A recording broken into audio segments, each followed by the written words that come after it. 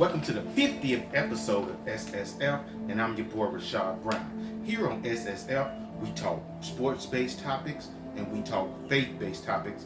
And I'm a follower of Christ, so I'm a Christian. And I'm a preacher, so God called me to preach and teach His word. So I try to educate people and to help them live a life more abundantly through Christ. But here today on episode 50, we're going to do a review of the Giants and the Vikings games, as well as the Cowboys and the Buccaneers. Yes, the Giants and the Vikings and the Cowboys and the Buccaneers. Now let's get started with the Giants and the Vikings. The Giants and the Vikings. Now I felt from the start of that game when the Giants played the Vikings, which the Vikings had a home game. I think the Vikings was like 12-3 this year. Or no, not 12-3, 13-3, somewhere, but they had a good record. The Vikings really had a really good record, but I felt like the Vikings were pretenders because a lot of those games was a lot of those games they had to come back. A lot of those games was close. They just happened to come through at the end, and then they just stopped tailing off towards the end, going into the playoffs. And I felt like the Giants, and then the Vikings doesn't really have a pretty good defense. Their defense is not really good. Kirk Cousins. Up and down, and so I didn't have a lot of confidence in them. I felt the Giants had a chance to beat them. The Giants have a solid defense, and they were able to beat them. The Giants were able to beat the Vikings 31-24, and largely because of Daniel Jones. I couldn't believe how well Daniel Jones played. This guy was 24 out of 35. He completed 24 out of 35 passes for 301 yards, 2 touchdowns, and also he carried the ball 17 times on 78 yards. I couldn't believe it. The dude was balling. I'm talking about he was efficient, great QBR.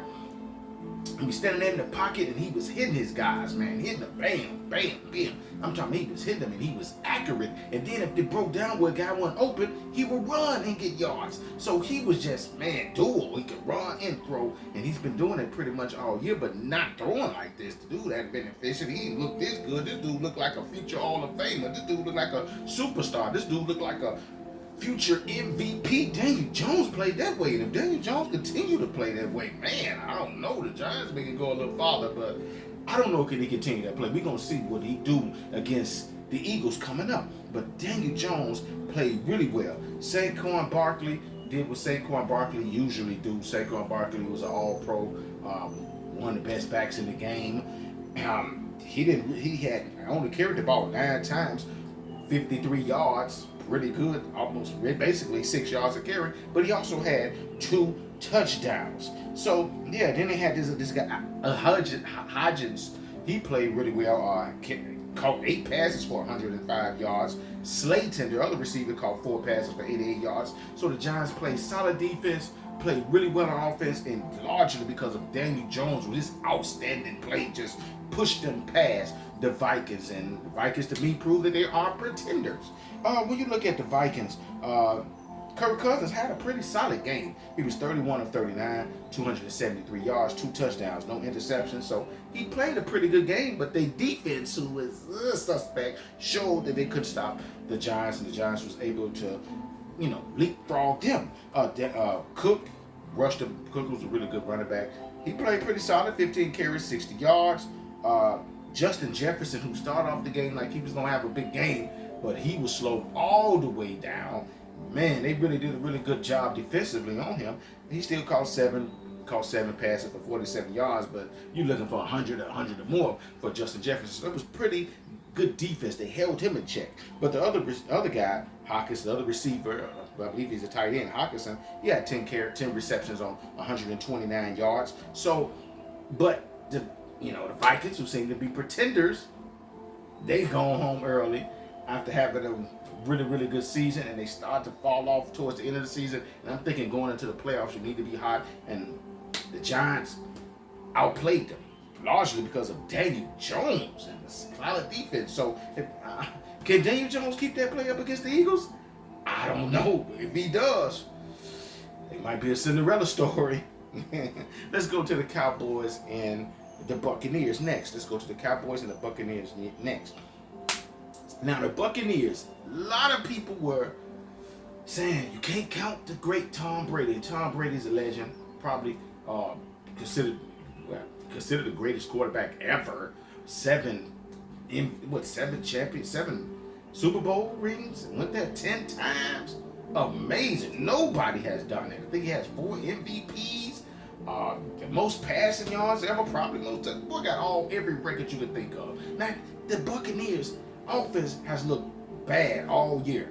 They what, get 18, 20 points maybe. They in the bottom on the bottom pole when it comes to scoring. The offense hadn't looked good all year, man. Just look, I don't know what was going on. Really not Tom Brady like offense, and the defense was up and down. So the Buccaneers hadn't looked good all year, and they proved it with their record at 8-9. Now a lot of people was counting the Cowboys out because the Cowboys, that last game they played really bad and Dak played horrible, and Dak really has never beat the Buccaneers. I don't think the Buccaneers. Well, Tom Brady, should I say, they 7-0 against Dak. So a lot of people just own Dak, man. Dak is not going to have a game. Can you trust Dak? Can you trust the Cowboys? And Dak showed up in a major way. Dak played outstanding. If Dak Prescott can play this way, nobody is beating the Cowboys. You can go ahead and start Cowboys fans, which is a lot of them, and some of them are knowing. You can already start getting your celebration, because to me the Cowboys are a great team. The only people that can beat the Cowboys is the Cowboys. To me, they have it all. They have a great defense. They have a really good offense. They have 2 running backs. They got the power back in Ezekiel Elliott, and then they got Pollard, who's the speedy, explosive back, who's turning into the best back on the team. And then you have CeeDee Lamb. I thought when they got rid of Amari Cooper that they would struggle, but CeeDee Lamb has come in and played really well.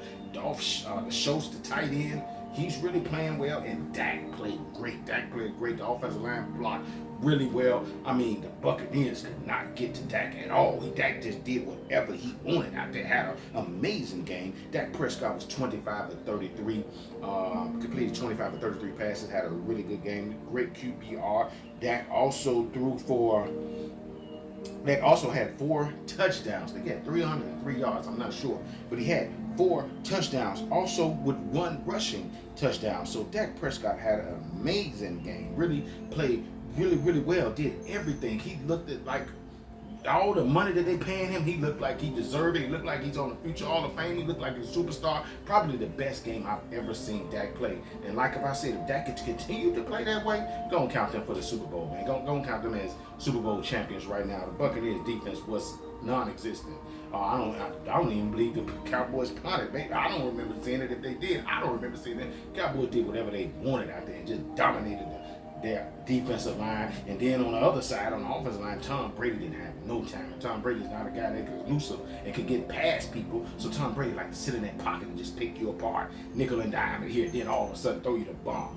He couldn't do that. He didn't have time. Every time you look around, Michael Parsons, one of the best defensive players, was just back there all day long. Michael Parsons was a cheat code. Speed, quickness, power. Every time I look around, he was back there. So you got to double team him, which means the rest of the guys were back there. Number 55 was back there. I can't pronounce his name really. Forgive me. I think Van Der Esch.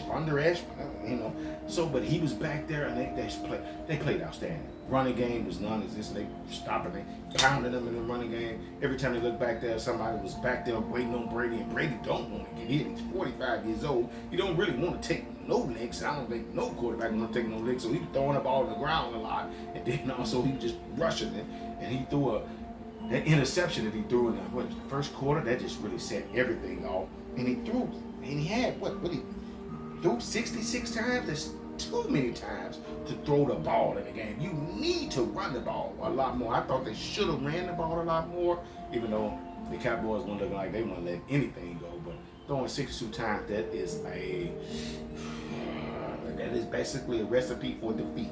And they got defeated bad. And you wonder, is this it for Tom Brady? You wonder that he hasn't looked really good all year. I don't know if that's because he's going down, or is it because he don't have a good offensive line, because they've been getting back there all year, and they the offense has just been out of whack all year, and somebody had to pay. Somebody had to pay, and you have been hearing rumors about that. Tom Brady wasn't getting along with Byron Leftwich all year long. You was hearing those rumors. That they was having problems. Brady was going his own way, called his own plays, and Byron Leftwich ended up getting whacked, or in its better words, fired. So we don't know. We're gonna see what's going on for Tom Brady. Is Tom Brady gonna continue to come back, or is he gonna play? Or is he gonna go with another team? We're gonna see. But the Cowboys look very impressive. They beat the Buccaneers, who they beat them down like they should have. And I want to see what they're gonna do next against the 49ers, baby. Because if Dak come back like that, and if they don't turn over the ball, no penalties, because they ain't got no penalties like that or nothing, whew, it's gonna be interesting. So that's my reviews for the Giants and the Vikings and the Cowboys and the Buccaneers. Hope you enjoyed this, and if you do, subscribe, like this video. I'm trying to bring out at least 2-3 videos a week, and I'm gonna come back with some more. Probably, what is today? It's Wednesday, probably Thursday or sometime this week. And hey, I just thank you guys. And like I always say when I end the video, because I always like to send out good vibes. Peace and love.